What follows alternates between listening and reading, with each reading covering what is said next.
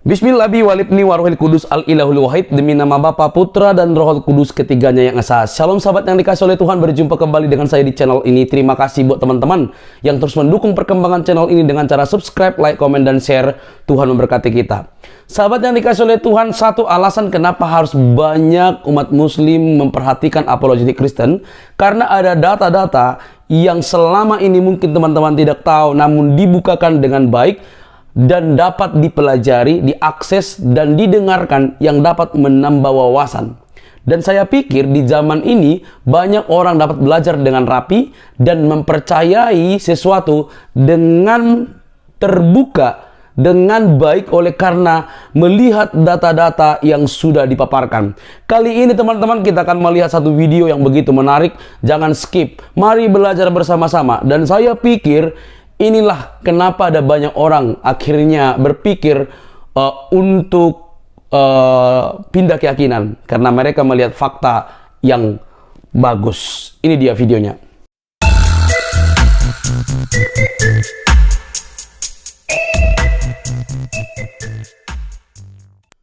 Gila kalau baca Quran, betul? Jangan dibaca, Bu, daripada gila. Iya, semakin tak baca semakin gila. Menceritakan kepada kami, Harun bin Abdullah telah menceritakan kepada kami. Kita lihat dulu nih. Ini hadis Abu Daud ya. Abu Daud nomor Ya, ilmu dari portal ini, dari portal Ilmu Islam, portal belajar agama Islam. Kumpulan hadis itu sumber kontennya hadis berdasarkan dari selengkapnya data hadis 9 imam. Nah, ini ada loh hadis Abu Daud. Bacakan, silakan. Oke. Kemudian. Telah menceritakan kepada kami, Harun bin Abdullah telah menceritakan kepada kami, Abdullah bin Yazid telah menceritakan kepadaku, Said bin Abu Ayyub telah menceritakan kepadaku, Ayasi bin Abbas al-Qatbani dari Isa bin Hilal as-Sudafi dari Abdullah bin Amir bin al-As, bahwa Nabi Sallallahu Alaihi Wasallam bersabda, aku diperintahkan pada hari kurban untuk menjadikannya sebagai hari raya. Allah Azza wa Jalla telah menjadikannya untuk umat ini. Seorang berkata, bagaimana pendapat Anda jika aku hanya mendapatkan hewan kurban betina?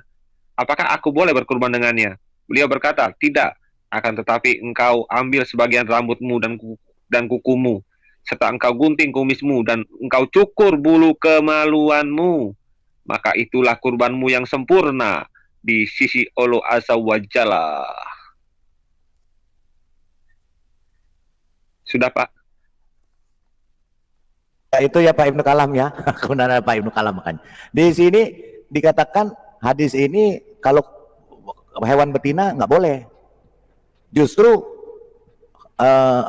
Muhammad mengatakan tidak boleh. Akan tetapi engkau ambil saja sebagian rambutmu dan kukumu, serta engkau gunting kumismu, dan engkau cukur bulu kemaluanmu, maka itulah korbanmu yang sempurna di sisi Allah. Jadi korban yang sempurna bukan kambing, bukan lembu, bukan sapi, tapi bulu kemaluan, kumis, kuku, dan rambut. Itu ya yang dikatakan hadis. Iya. Bukan kata saya. Oh, yang bilang doif itu siapa, Pak? Enggak, kata Pak Ibnu Kalam. Syekh Albani. Ya, Muhammad Nasiruddin Al-Albani itu yang bilang doif. Tapi kan Muhammad Nasiruddin Al-Albani itu baru lahir tahun 1914. Ulama ini baru kan ya? Ini sahih Belakangan baru dikatakan tidak. Iya, ulama belakangan. Padahal baru saja meninggal itu. Iya, dan padahal ini sampai sekarang ulama yang lama tidak mengatakan daif, tidak mengatakan. Iya, betul, iya. Pak Ibnu, betul. Tapi masalahnya Pak Ibnu sampai sekarang masih dipakai. Itu. Iya, yang mengatakan iya. Iya, yang bilang doif kan ulama-ulama baru, bukan ulama yang jadul-jadul kan, ulama yang dulu-dulu. Jadi saya cuma mau kasih tahu yang di live chat ya, kalian jangan usah berkorban pakai binatang kalau mahal, karena mahal sekarang.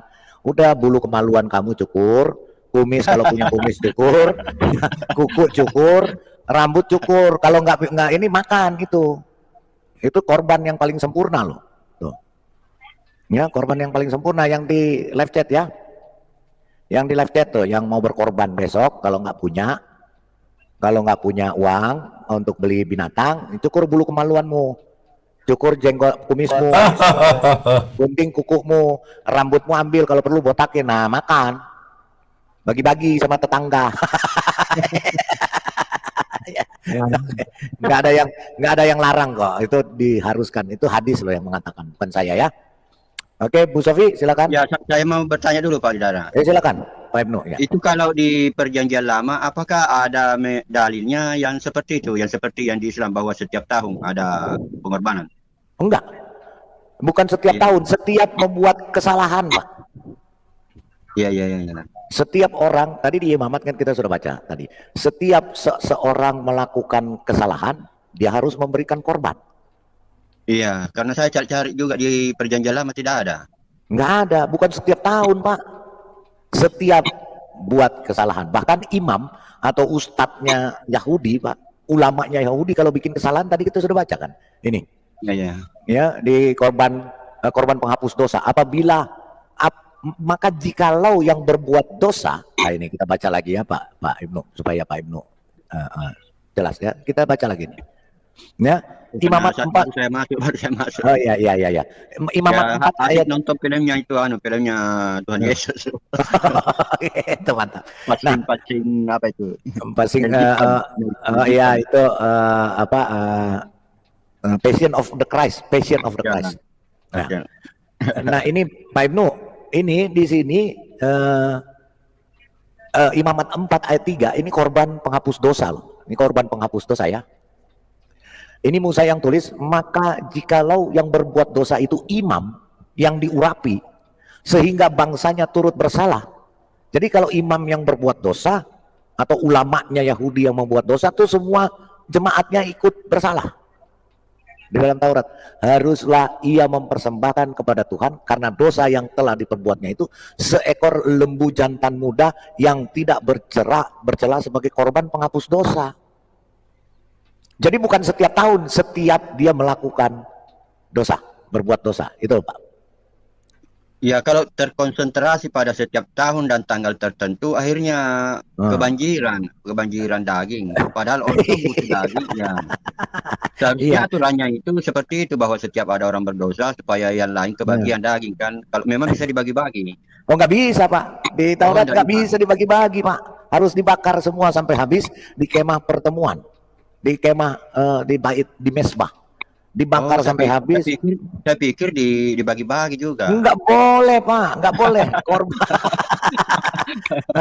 Makanya saya bilang kalau dibagi-bagi itu berarti untuk penyembahan dewa Moloch. Ya. Jadi bagi sate sama sop kambing pula. Aduh mati. Enggak bisa Pak. Semua gini Pak Ibnu Kalam, pertanyaan Pak Ibnu Kalam bagus. Korban itu Pak, di dalam Taurat itu ada 5 Pak. Ada 5 jenis korban. Ya, oke, karena Pak Ibnu Kalam baru masuk, saya jelaskan dulu ya supaya secara singkat saja Pak. Ya, secara singkat, oke ya, nggak apa-apa. Jadi pertama korban bakaran Pak. Nah, korban bakaran ini harus dimesbah juga, korbannya juga harus yang tidak bercacat celah, domba jantan, lembu, sapi, domba, kambing, domba. Itu korban bakaran. Korban bakaran itu biasanya para orang-orang Israel pada waktu itu melakukan persembahan korban bakaran ya. Terus kemudian korban sajian. Nah, korban sajian itu bukan daging Pak, tepung. Jadi tepung yang baik, yang terbaik ya. Kalau di sini tepung yang paling baik apa sih Pak? Di Indonesia dia harus dituang minyak zaitun, kemudian diadoni dan dibubuhi kemenyan, di atasnya wangi-wangian. Nah, itu harus dipersembahkan. Kalau korban keselamatan, kalau orang Yahudi kan selalu minta selamat, kemudian minta diberkati, ya, minta turun hujan dan segala macam. Minta keselamatan, sorry. Kalau korban bakaran tadi permintaan ada yang minta diberkati dan segala macam. Nah, korban keselamatan ini mereka minta keselamatan. Ini juga seperti Yakub. Seperti Yakub memberikan korban sembelihan, minta keselamatan. Di Kejadian 31 ayat 54. Itu ditaruh juga di gunung. Ya. Nah, kalau korban keselamatan Yakub bisa makan. Yakub mengundang makan sanak saudaranya. Ya. Ya, yang bermalam di gunung karena mereka naik di atas gunung. Sama keluarganya. Itu korban keselamatan untuk keluarga. Keempat, korban penghapus dosa tadi yang kita sudah baca. Dan kelima, korban penebus salah. Jadi ada 5 Pak korban. Bukan 1 Pak. Di dalam Taurat. Di dalam Torah atau tanah Torah Nevim Ketuvim. Itu Pak Ibnu Kalam ya. Ya, Dan ya, itu, sudah paham, Pak, paham. iya, itu bukan setahun sekali, enggak, setiap melakukan salah dosa harus. Gitu. Oke, Pak Ibnu Kalam. Silakan Bu Sofi, silakan Bu Sofi. Bu Sofi. Iya ada ya, yang mau- aku nambahin silakan. sedikit aja. Ya, silakan, silakan. Bahwa Banyak korban, banyak juga nggak apa-apa. iya ya, sejak diturunkannya Imamat Musa, ya kalau Hmm. bicara mengenai korbanot, itu nggak boleh disembelih di sembarang tempat Betul. oleh orang Islam sekarang ini. Betul. Yang menyembelih tidak boleh dari luar suku Lewi. Ya, nggak boleh itu disembelih sama siapa tuh kalau yang di masjid-masjid itu. Betul. Ya suka-suka, tukang sembelih. Iya. Terus itu ada aturan-aturan memakan. Yang memakan itu imam. Iya. Ya. Korban keselamatan. Ya, kemudian itu ada bagiannya sendiri. Ya. Tapi kalau korban bakaran, orang Muslim kan selama ini mengatakan seperti, coba buka Kejadian 22 Pak. Mereka kan mencontoh namanya milah Ibrahim ya kalau Muslim. Coba kita buka Kejadian 22, akidah Hitsak ya. Aturan korban bakaran itu harus di tempat yang disediakan oleh Tuhan. Tidak boleh kayak kalian sekarang disembelih di sembarang tempat, tidak boleh. Makanya orang Israel sampai sekarang nggak bisa melakukan ritual-ritual ini karena harus nggak boleh sembarang tempat. Kemudian kalau kalian mengatakan untuk mengikuti milah Ibrahim di dalam Kejadian 22, itu Allah mengatakan jadikan Ishak itu korban bakaran, betul? Olah korban namanya, ya kan? Nah, aturan korban bakaran itu tidak boleh dimakan dagingnya, harus dibakar sampai habis tulang-tulangnya, dijadikan abu, ashes. Nah, Kejadian 22, ambillah anakmu yang tunggal itu, anak yang tunggal ya, yang kau kasihi, untuk dipersembahkan di sana sebagai korban bakaran. Itu. Ya jelas ya. Jadi kalau Muslim mengatakan sekarang mereka mengikuti milah Ibrahim, penyembelian Yitzhak ini, ya kemudian digantikan dengan kambing, ya itu di Asafat itu nggak boleh dagingnya dijadikan sate, sop sama tongseng kayak kalian. Ya, itu namanya penyembahan kepada dewa-dewa berhala, itu berhala. Oh, molok dong ya. Iya. Dagingnya itu tidak boleh dimakan. Harus dipersembahkan sampai habis sebagai korban bakaran. Tidak boleh disembelihnya di masjid, di sembarang tempat tidak boleh. Tempat tertentu yang ditunjuk oleh Tuhan. Makanya Abraham menyuruh mempersembahkan Ishak di Gunung Moria. Kalau kalian Quran ceritanya nggak lengkap, nggak ada. Ya. Itu nggak ada, nggak punya cerita kalian. Jadi maksudnya domba yang penggantinya Ishak itu tidak dibagi-bagi. Enggak Enggak boleh. Apalagi Nggak boleh. begitu kemarin Iya, jadiin iya, sate iya. sama tongseng. Sama sop kambing pula. Nggak boleh itu.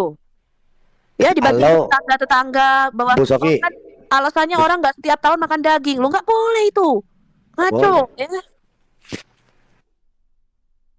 Jadi kalau memang itu Pak Ibnu, kalau memang Muslim ini mengikuti milah Abraham, tapi kalau milah Ibrahim ya nggak tahu Ibrahim yang Ya, ya, mana yang ngajarin begitu. Nah Tapi mungkin kalau Ibrahim mengikuti tukang milah sate. Abraham, iya, itu dia. Baru saya mau ngomong. Ya, kalau mengikuti Abrahamaik ya Pak Ibnu, ajaran Abrahamaik yaitu milah Abraham. Kalau mau dibilang Ibrahim juga ya nggak apa-apa, terserah. Tapi kalau nggak sama ini, berarti itu benar Ibrahim tukang sate apa nggak tukang tongseng Pak? Kalau ya. Karena Abraham itu nggak boleh dimakan, betul kata Bu Sofi. Silakan Bu Sofi lanjut. Ya korban bakar itu nggak boleh dimakan. Yang kedua itu harus disembelih tempat tertentu.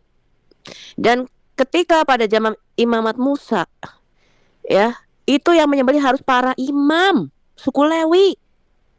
Dan itu sebelum sembelih itu harus menumpangkan tangannya di atas kepala korbanot para sembelian itu. Untuk apa? Karena melambangkan dosa dan kutuk daripada keluarganya. Dia harus mengakukan segala dosa dan kutuk. Baru ya domba atau lembu sapinya itu disembelih. Itu merupakan tipologi dari korban penebus dosa Sang Mesias. Makanya di Yesaya 53 dikatakan, jikalau Mesias nanti yang akan datang itu, dia menyerahkan dirinya menjadi korban penebus dosa. Makanya Yesus dikatakan menjadi kutuk ya dan dosa. Di atas kayu salib itu dia menyerap kutuk dan dosa di dalam tubuh manusianya. Makanya tubuh manusianya harus mati. Ya, itu lambang ular tembaga Musa atau Negustan. The bronze serpent. Nah, itu ya melambangkan dosa dan kutuk kita, dipindahkan kepada anak domba yang akan disembelih tadi. Makanya dikatakan kutuk dan dosa kita ditanggung oleh Yesus. Coba mungkin kalau ada videonya Pak dari Joseph Prince, itu bagus sekali bagaimana mempersembahkan anak domba itu dalam bentuk video. Itu harus tadi meletakkan tangannya di atas kepala domba sembelihan itu, betul? Iya, belum ada Bu videonya. Ya harus semua, Iya, baik tinggal dicari. domba, baik lembu harus diletakkan tangannya di kepala. Tinggal dicari di ini, ya. Di Mamat semua dijelaskan kok. Di Mamat Iya, 1, 2, itu 3, 4. dijelaskan detail fungsinya untuk apa, siapa yang boleh makan, bagaimana cara menyembelihnya. Kalau persembahannya itu dari orang miskin, nggak bisa domba ataupun sapi, harus dari burung tekukur. Itu caranya Ya, bagaimana? temboloknya harus Iya, diinikan supaya darahnya keluar di tembok mezbah. Kemudian temboloknya itu harus sama bulunya harus dibakar dibuang di pembuangan abu. Tembolok dan bulunya. iya itu. Nah, itu semua tidak bisa dilakukan lagi karena apa? Sudah sekarang dikatakan bahwa tapi korban sembelian yang diperkenalkan di hadapan Allah adalah hati yang hancur, yaitu tubuh kita sendiri yang kita persembahkan sebagai ibadah yang sejati. Nah, ini prinsip-prinsip begini orang Muslim nggak ngerti, ya. Makanya saya mengatakan Muslim itu melakukan ritual tapi tanpa pengertian yang benar, ya. Melakukan sunat tapi nggak tahu apa itu perjanjian sunat, ya. Coba saya tanya sama Muslim, saya kasih kapal pesiar 1 miliar tambah uang 1 miliar, ya. Kenapa perjanjian sunat itu dititit? Nggak ada yang tahu. Kalau mengikuti Mila Ibrahim malah di dalam, Bukan di lato-lato, Bu, lato-lato. iya, di lato-lato. Kok lato-lato sih? Kalau lato-lato itu dikastrasi dong, dikebiri. Iya, maksudnya di jembatannya lato-lato, Pak. Bu, jangan langsung titit. Malah di dalam hadis dikatakan Ibrahimnya disunatnya pakai kapak, betul nggak? Waduh, iya putus, Pak. Bu, meleset sedikit hilang semua. Mereka nggak tahu. Jadi mereka tuh menawar ritual keliling Ka'bah dengan telanjang, ya, hanya mengenakan kain. Kelilingnya kenapa 7 kali dan berlawanan dengan arah jarum jam? Saya tanya, ngerti nggak artinya apa? Nggak tahu. Karena melakukan ritual tanpa pengertian yang benar. Hah? Melakukan ritual-ritual agamawi. Ya, sholat kenapa 5 kali? Di dalam gereja ortodoks, ya, di dalam Alkitab ketika melakukan sholat, ya, melakukan ritual gerakan berdoa, itu ada artinya, Pak Ibnu Kalam. Jamnya itu ya, kenapa sholat di gereja ortodoks itu ada jam 9 pagi, jam 12 siang. Lihat nggak itu ke orang Yahudi itu di dalam Kisah Para Rasul, masuk ke sinagoga pada waktu jam doa, yaitu jam 3 sore. Kenapa doanya jam 3 sore? Kenapa nggak jam 1? Semua ada artinya. Jadi orang Kristen itu melakukan suatu ritual, itu mereka mempunyai arti. Sholatnya itu jam 6 pagi, jam 9 pagi, jam 12 siang, jam 3 sore malam, sama jam 12 malam, boy. Coba tanya itu orang gereja ortodok. Mereka melakukan ritual ada artinya. Ya, mereka membasuh tangan, membasuh wajah. Itu ada di dalam Mazmur, mempunyai arti. Tidak ada satupun yang tanpa arti. Di dalam Alkitab kita, baik itu nama manusia, tempat, kejadian, angka, itu tidak ada yang nggak punya arti. Betul nggak, Pak Lidara? Iya, betul. Saya tanya sama Muslim, kapan Bahteranu mendarat? Saya kasih kapal pesiar 1 miliar, tambah uang 1 miliar, ditambah jam Rolex kalau ada yang tahu. Nggak ngerti. Karena mereka nggak punya arti, meaningless, bukunya tuh meaningless kitabnya. Ya, meaningless, nggak mempunyai arti. Bahkan dari hasil kesimpulan saya selama 5 tahun belajar Islamologi, kesimpulan saya itu bukan Yesus was a Muslim and all the prophet were Muslims. Kesimpulan saya adalah Muhammad itu adalah sekte bidat Kristen. Nggak percaya? Nanti ya, saya bikin videonya. Dan nggak cuma ngomong, kalau kalian kan berdasarkan wahyu Allah, betul nggak? Wahyu Allah perkataan Muhammad. Kalau kita berdasarkan bukti sejarah dan arkeologi, data. Dan saya bisa buktikan di dalam Quran bahwa Muhammad itu menganut sekte bidat Kristen. Sekte bidat Kristen yang berkembang di semenanjung Arab pada waktu itu. Makanya nggak salah Buya Sakur kalau mengatakan Islam itu bukan agama yang baru, tapi merupakan sekte agama Kristen. Ya nggak? Kemudian Buya Sakur mau dipolisikan. Nah, kalau pikiran kalian nggak nyampe, pengetahuannya memang belum nyampe, memang nggak bisa disalahin sih, Pak. Ya nggak? Kenapa? Karena pikirannya cepet. Kalian nggak tahu inskripsi Safaitik yang ditemukan oleh yang pernah kita angkat juga Profesor Jalat, betul? Iya, Ahmad Al-Jalad. Ditemukan doa-doa orang Kristen Ortodok yang sama dengan ayat-ayat Quran. Mampus kalian nanti ya kalau saya terjemahin itu. Dan itu jauh sebelum Quran kalian. Makanya kalian kalau ditanya di mana sih Quran zaman Muhammad, nggak ada, betul? Muhammad itu loh, katanya menerima wahyu turun, dia punya 65 orang juru tulis. Betul apa enggak saya tanya? Termasuk Said bin Tabit. Iya, Terima betul. wahyu ditulis, terima wahyu ditulis, terima wahyu ditulis. Bener nggak? Ceritanya kan begitu. Yang di brainwash-kan, dicuci otak ke muslim sejak darilah mereka lahir. Kemudian mereka percaya kamilah yang menurunkan Quran dan kamilah yang menjaganya. Bahwa Quran ini tidak berubah satu huruf pun musofiatul. Selafaz-lafaznya, senada-nada suaranya, setitik komanya sejak zaman Muhammad. Ya apa enggak? Saya tanya. Hello everybody.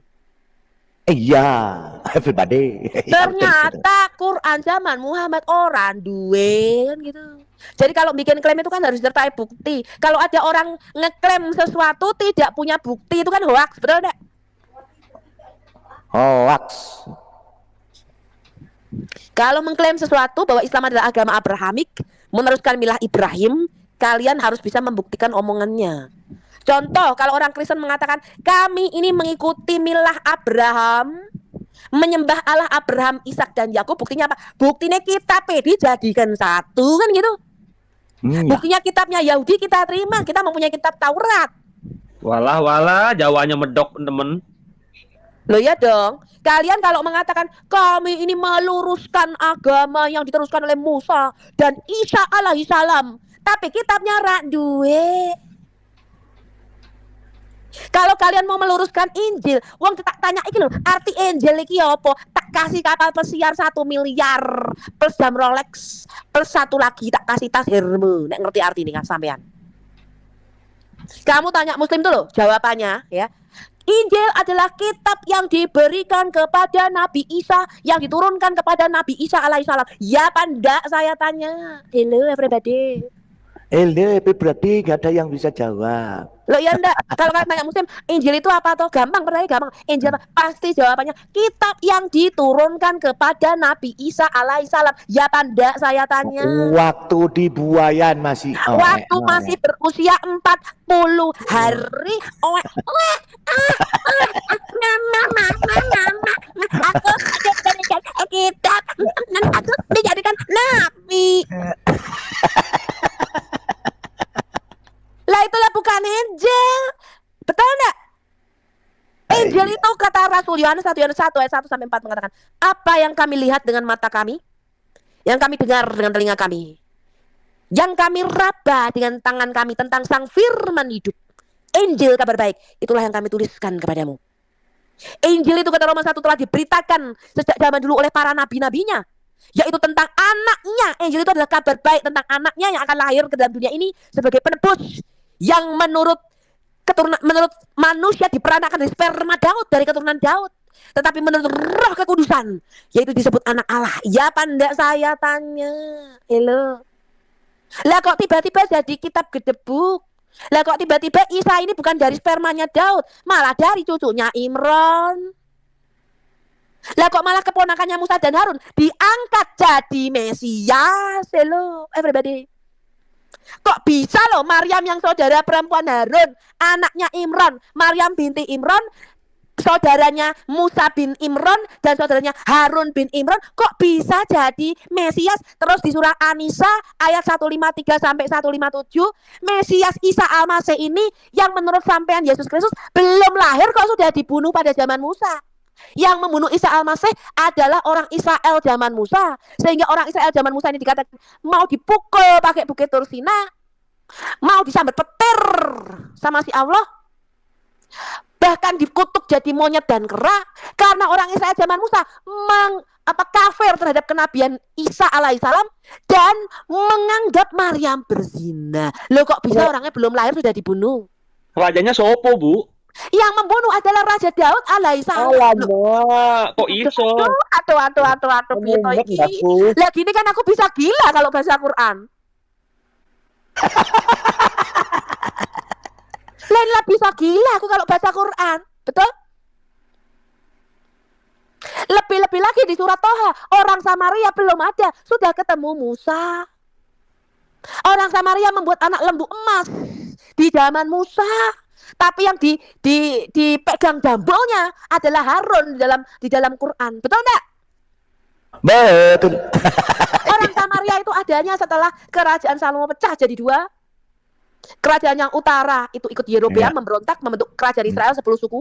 Yang selatan ikut anaknya Daud Rehabeam, ada 3 suku, Yehuda, Benyamin, dan suku Lewi. Itulah menjadi kerajaan Israel sampai sekarang.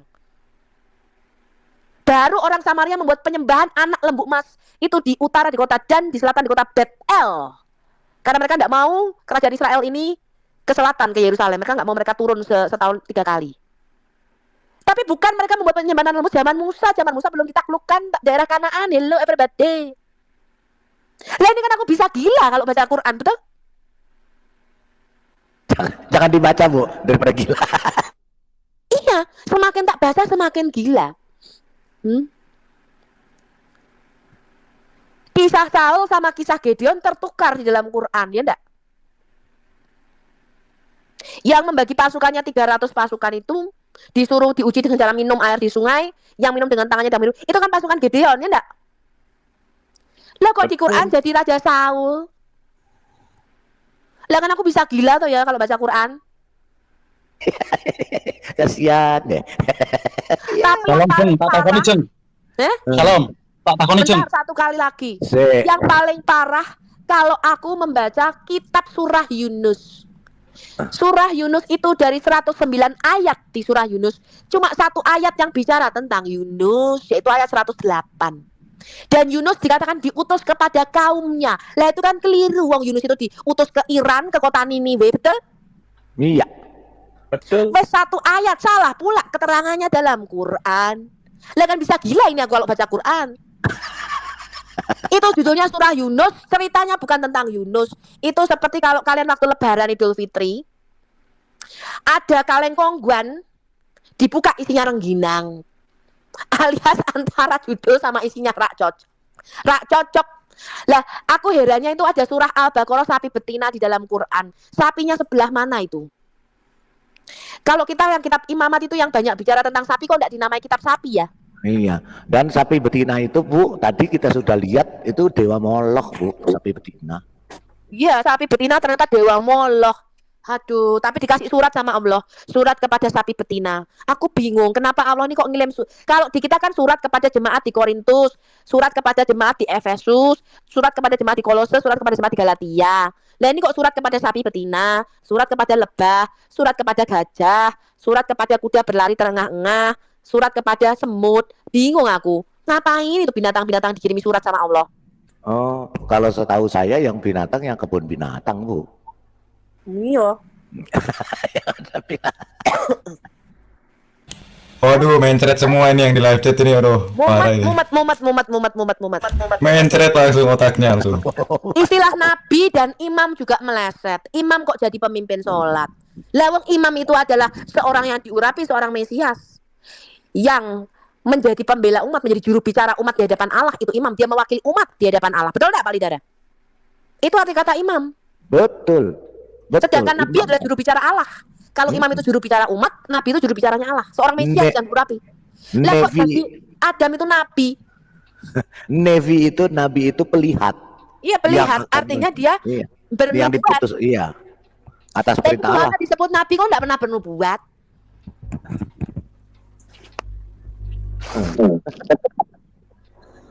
Soalnya nubuat wis modar.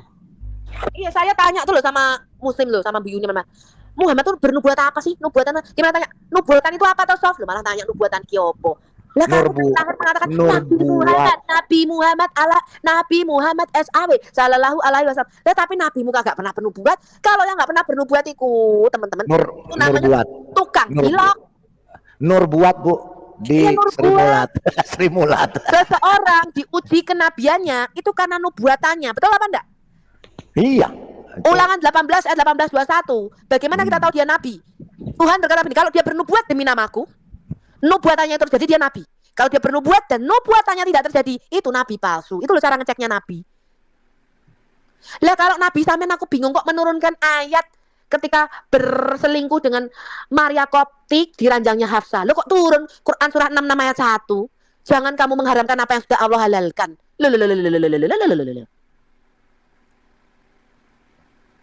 Piye to kuwi? Lo kok bisa lo turun ayat menghalalkan meniduri babu?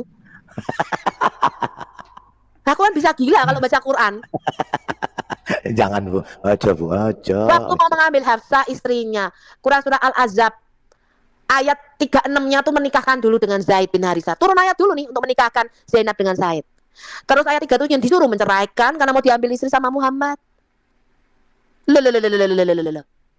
Mari gitu habis mengadakan walimah syukuran pesta, Muhammad menyembelih kambing apa-apa itu. Pesta perkara. Ini enggak mau balik-balik tamunya diusir pakai surat 33 ayat 53. Loh, kayak gitu kok bisa masuk jadi ayat suci, itu lah aku bingung. Kayak gitu kok omongannya Allah, itu lah aku bingung. Hah? Hello everybody. Ojo ganggu.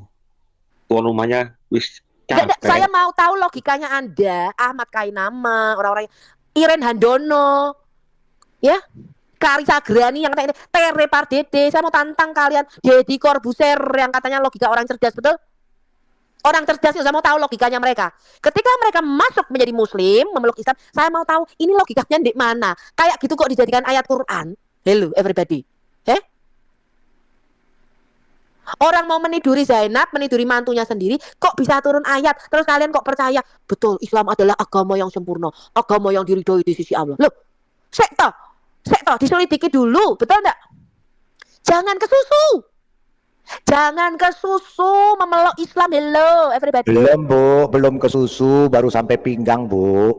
Ada yang mengatakan saya ini pengikut Isa alaihi salam yang sejati karena saya seorang Muslim. Isa mengatakan apa itu? Shema Israel. Oh. Adonai Elohinu Adonai Echad. Loh, yang disembah Allahnya Israel itu adalah Allah Abraham, Ishak dan Yakub. Duduk Tuhan negeri Mekah, pemilik Ka'bah, betul? Kalau kamu Kristen sejati, kamu tidak mungkin kelilingi batu, cium batu, melakukan ibadah haji. Ibadah haji itu dari kata haj, itu bukan tamu artinya. Haj itu artinya mengusap. Makanya ketika kalian beribadah haji, kalian harus mengusap batu hitam. Pada zaman pra-Islam, orang-orang pagan Arab di sekeliling Ka'bah itu dengan telanjang mereka bertawaf dan mereka melakukan ritual seksual gitu.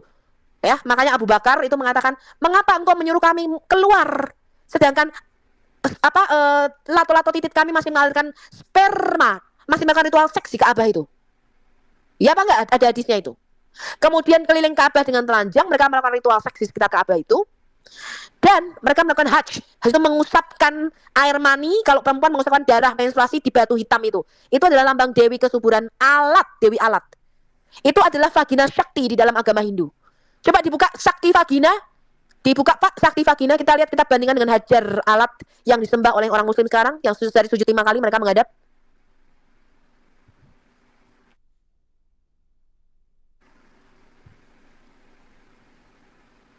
Pak Lidara. Ya Bu, saya buka Bu, saya juga penasaran Bu, apa sih namanya Sakti Vagina? Nah, ketika saya buka keluarnya begini Bu. Aduh, ngeri juga lihatnya nih. Aduh. Ini Bu. Nih. Belum ke sharing. Nih, tuh Bu, tuh. Kurang jelas Pak, diklik salah satu. Oke. Ini aja deh. Ini, ntar yang mana? Ini nih. Tuh. Ini. Kelihatan nggak? Sebentar. Ini. Sebentar ya, saya. Ada yang lebih jelas dari ini kok, Syekh. Ini saya share. Aduh. Jadi kalau di dalam video itu kalian tahu dewa. Nih Bu, tuh Bu. Enggak, yang ini yang bentuknya seperti batu hitam. Oh, batu hitam. Jadi di dalam agama Hindu itu mereka percaya ada sisi maskulin dari dewa Brahma, Wisnu. Apa sih 3 dewa ini? Brahma, Wisnu, sama siapa satu lagi? Siwa. Nah, dewa Siwa itu kan bentuknya kan lingam. Iya, alat Siwa laki-laki. Nah, tapi sisi feminimnya itu bentuknya Shakti vagina. Coba kita lihat. Sebentar, saya buka. Shakti, Dewi Shakti itu. Ya. Shakti dia. Ya, itu bentuknya adalah vagina wanita karena melahirkan alam semesta ini. Itu kepercayaan mereka. Shakti vagina in Hindu. Itu bentuknya persis seperti Hajar Aswad. Ya. Waduh, gambarnya malah waduh nggak karuan. Ini namanya Siwaling. Namanya Sivalingga. Ya, Sivalingga. Ah, ini Sivalingga. Sivalingga mana ya? Oh, sebentar Bu. Soalnya begitu kebuka. Aduh. Ini Bu ya. Ini sebentar. Aduh, kok mesti ke Facebook semua ya? Ada kecil tapi ya nggak apa-apa ya. Oke, ini Bu. Nih, ini Bu. Nah ini nih kayak gini nih. Ini ya, Sivaling nih. Coba Sivalinggam kita bandingkan sama Hajar Ini, Aswad. ya ini. Ya itu. Ini ya. Ini coba saya buka. Ah ini. Sebentar ini nih.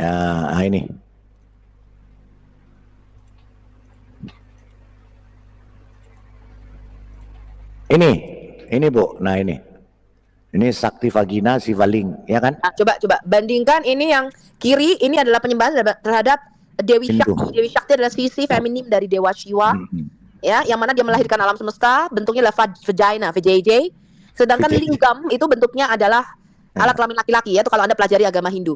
Nah, Ya. Anda lihat yang sebelah kanan ini adalah batu VJJ, ya, batu VJJ yang sekarang ini disembah sehari 5 kali orang Muslim. Kira-kira mirip apa mirip? Ayo, bentuknya bagus yang mana? Yang kanan ini udah lebar, ini sudah melahirkan. Yang kanan ini Iya. masih perawan kayaknya. Ini iya bagusan yang kiri malah Bu.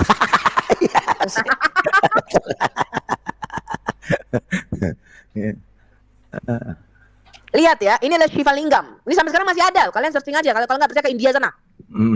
Ini masih ada. Tuh, Ya makanya Sivaling. jalan-jalannya lagi jangan seputar Brebes, Kebumen, Tegalat. Oh, aduh. Jalan-jalan sekali-kali paspornya diisi, jangan malu-maluin. Aku mau jalan-jalan ke Indihe, mau lihat-lihat agama Hindu ki lho. Ki penyembahan terhadap Shivalingam iki kayak apa? Coba dilihat, ini ada fotonya. Bagus toh. Yang kiri ini dari nggak tahu emas kali ya pinggirannya. Tembaga. Oh, Dari tembaga. Iya. Tembaga. Yang kanan perannya emas engko dicolong mbek wong dadekna cincin. Wis. Ya, betul. Itu dari tembaga mereka bikinnya.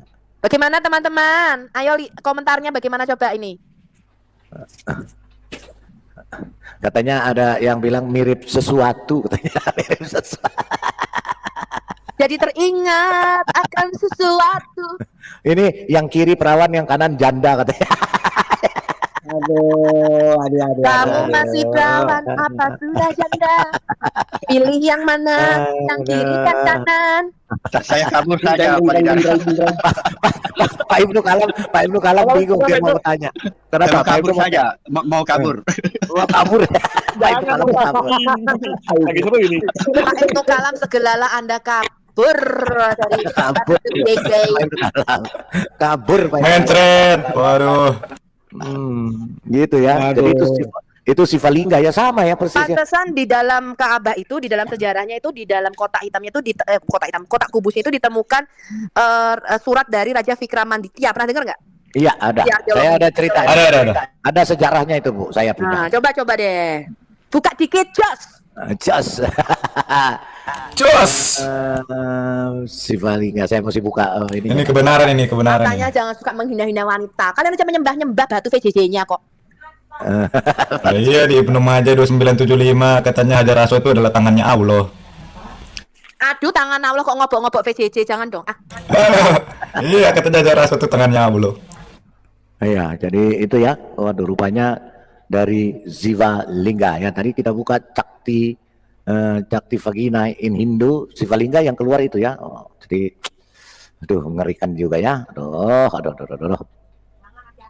Oke, itu tadi Bu Sofi sudah jelaskan ya. Jadi yang dikatakan itu ya. Jadi ya seperti itu ya. Kembali lagi kepada korban tadi ya, korban bakaran ya, korban sembahan, korban penebusan salah dan korban penebusan dosa jelas ya. Tapi sebelum kita lanjut, kita mau lihat Bu Sofi, teman-teman semua saudara-saudaraku, kita lihat ini terjadi ketika seorang penginjil jalanan, ketika dia sedang menginjil di jalanan, itu ada yang kepanasan.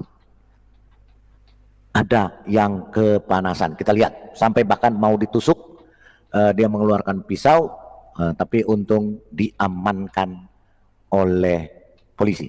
Ini kelihatannya di Amerika. Ya, saya nggak tahu ya di Amerika atau di mana.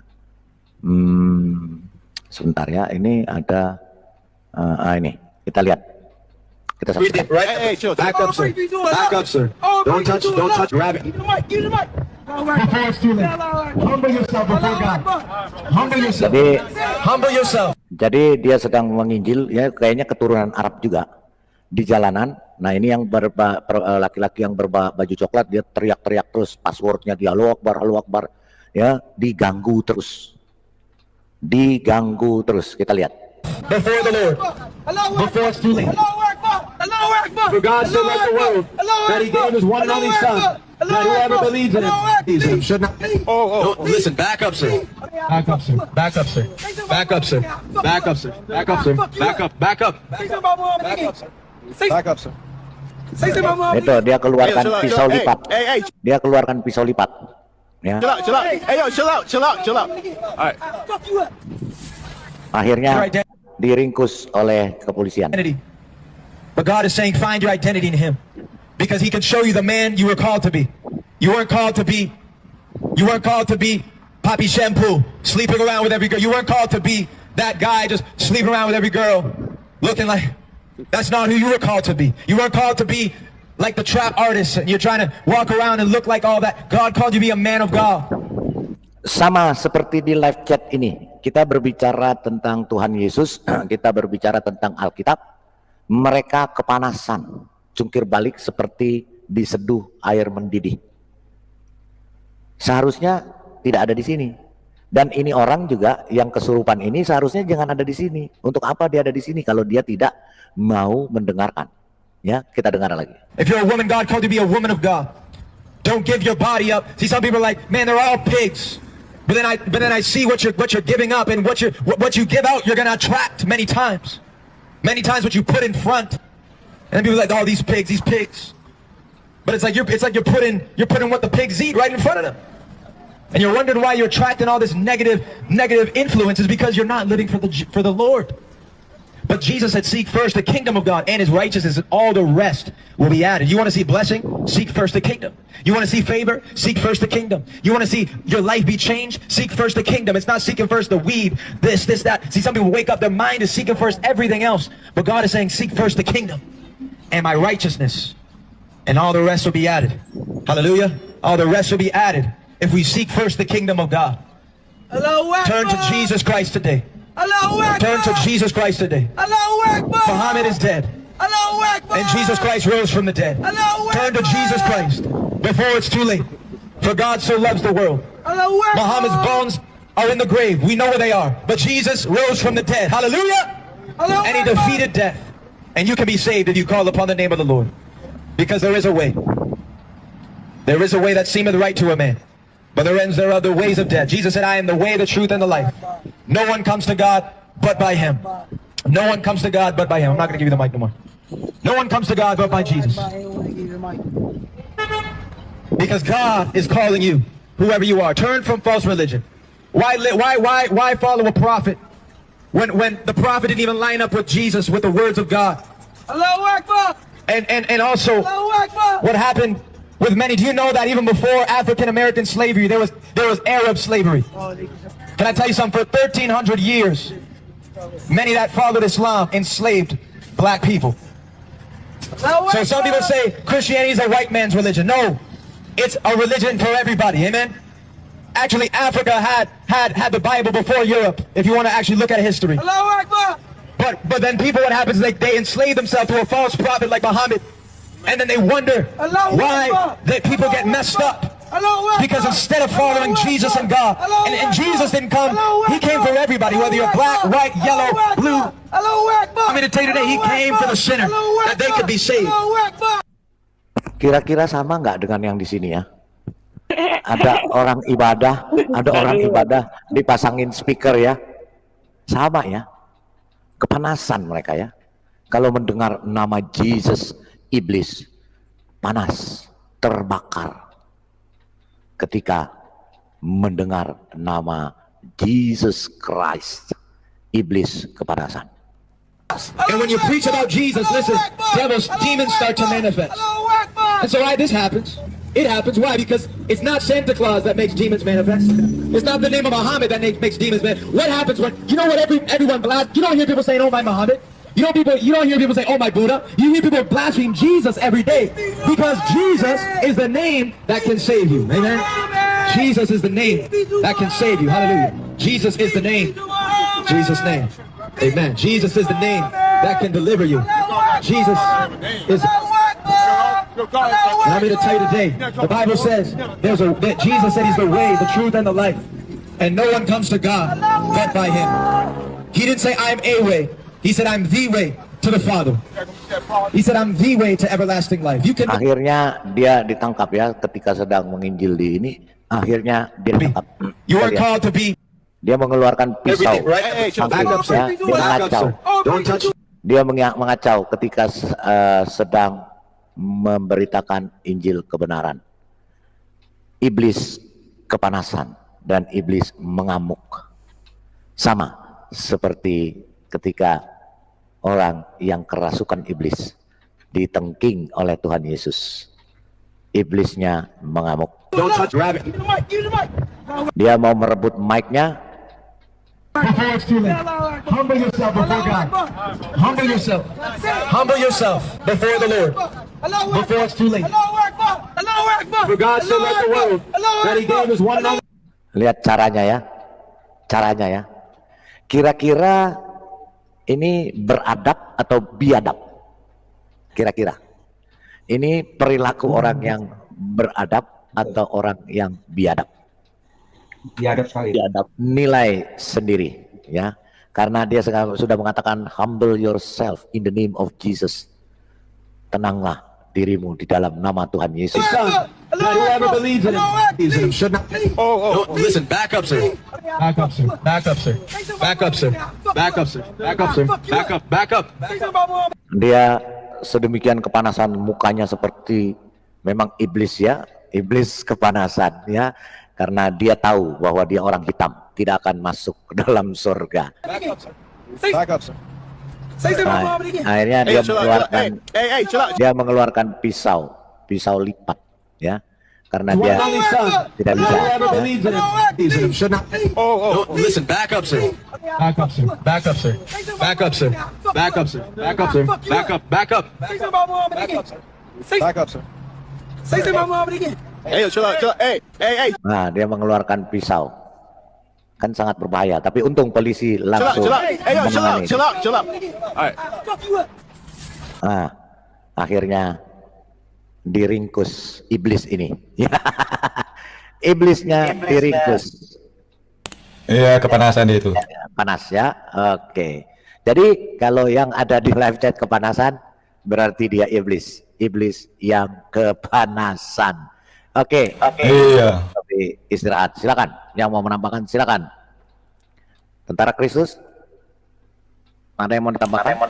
Oh ya, jadi kalau oh ya Pak, Lemerian dulu. Lemerian dulu. Ya silakan. Ya, Lemerian dulu. Tentara Kristus juga feedback gitu. Enggak feedback juga Tentara Kristus, coba diperbaiki dulu, heran Tentara Kristus nih. Oke, Lemerian Rockstar. Ya, jadi gini Pak, kalau kita pikir-pikir, kita kaji-kaji, emang peristiwa penyaliban Yesus itu memang luar biasa Pak. Karena peristiwa itu juga bertepatan dengan, kalau kita baca sejarah, yang bertepatan dengan waktu penyembelihan domba sebelum hari Paskah Pak. Dan itu sangat cocok sekali dengan konsep penebusan. Baik teman-teman yang dikasih oleh Tuhan, bagaimana respon teman-teman terhadap video yang barusan kita dengar dari awal hingga akhir? Satu pernyataan yang harus saya katakan, kalau Anda tidak setuju, kalau Anda kepanasan, ya skip saja. Kalau Anda tidak mau belajar, ya silakan buta selama-lamanya. Kalau Anda tidak mau dengar data-datanya, ya udah silakan dengar Ustadz Anda.